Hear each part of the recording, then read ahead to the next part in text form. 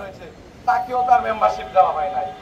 তার মানে কি, যারা স্বৈর শাসনের বিপক্ষে ছিল তাদেরকে মেম্বারশিপ দেয় নাই। আবার দেখেন, ঢাকা সাংবাদিক ইউনিয়নের জনকল্যাণ সম্পাদক বাংলাদেশ প্রতিদিনের সালাউদ্দিন রাজ্জাক ভাইকেও তারা সদস্য পদ দেয় নাই।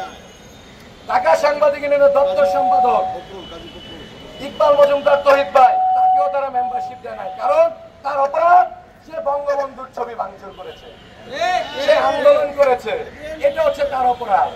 আমি রাজু আহমেদ, আমাকেও সদস্য পদ দেয় নাই। কারণ অপরাধ, আমি শেখ হাসিনার বিরুদ্ধে গণতন্ত্রের পক্ষে ছিলাম, সাংবাদিকদের পক্ষে ছিলাম, সেই জন্য আমাকেও দেওয়া হয়নি।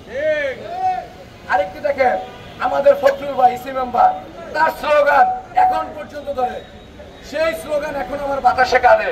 সে স্লোগান না ধরলে সাংবাদিক সমাজের অনেকে স্লোগানই ধরতে পারে না, তাকেও মেম্বারশিপ দেয় নাই। এটাই তার অপরাধ।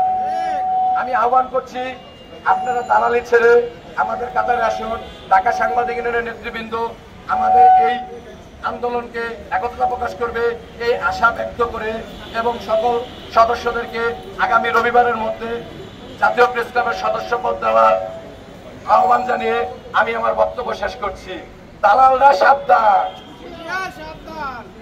ধন্যবাদ সবার উপস্থিতি। এবারে বক্তব্য রাখার জন্য আহ্বান জানাচ্ছি সিনিয়র সাংবাদিক, বারবার কারা নির্যাতিত সাংবাদিক, স্বৈরাচারী, আমি এবারে নিয়মের ব্যতিক্রম ঘটিয়ে সংক্ষিপ্ত বক্তব্য রাখার জন্য আহ্বান জানাচ্ছি। চাকরিচ্যুত হয়েছে, জেল খেটেছে, গণতন্ত্রের পক্ষে সংগ্রাম করেছে, লড়াই করেছে, এরকম অনেক ভাই ব্রাদার আমাদের এখন পর্যন্ত প্রেস ক্লাবের